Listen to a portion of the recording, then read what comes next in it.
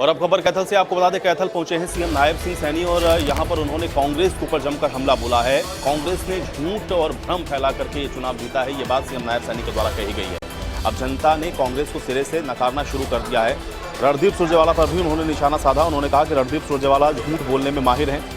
10 सालों में उनके सरकार ने कितनी नौकरियां दी हैं, ये रणदीप सुरजेवाला को पहले बताना चाहिए।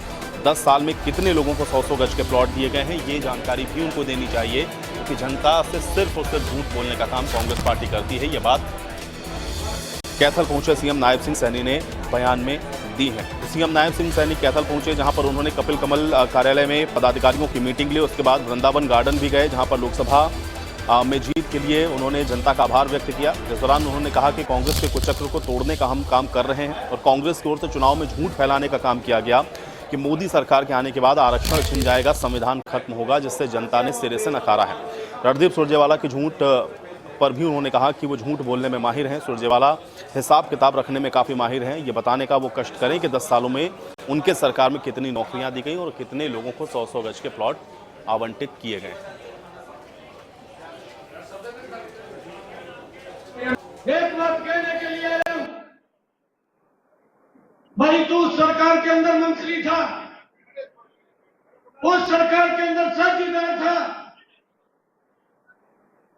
जिस सरकार के अंदर 2009 के अंदर एक घर के अंदर जाकर के भाइयों फार्म भरे गए थे कि हर घर में से नौकरी देंगे।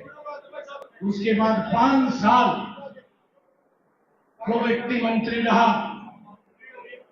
मैं आज उसको भी पूछना चाहता हूं, उस समय में जो कांग्रेस का मुखिया था उसको भी पूछना चाहता हूं कि भाई, मैं जब बार बार ये बात कह रहा हूं कि आप लोग प्रदेश के युवाओं के बीच में जाकर के, मैं इसको भी कह रहा हूं, ये बताने का काम करे जिस सरकार के अंदर ये मंत्री था हमने कितनी नौकरी दी है, किस आधार के ऊपर दी है, यह भी बताने का काम करे।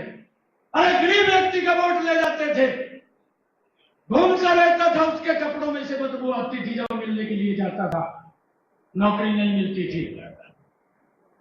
10 सालों में कितनी नौकरी दी है बताने का काम करे।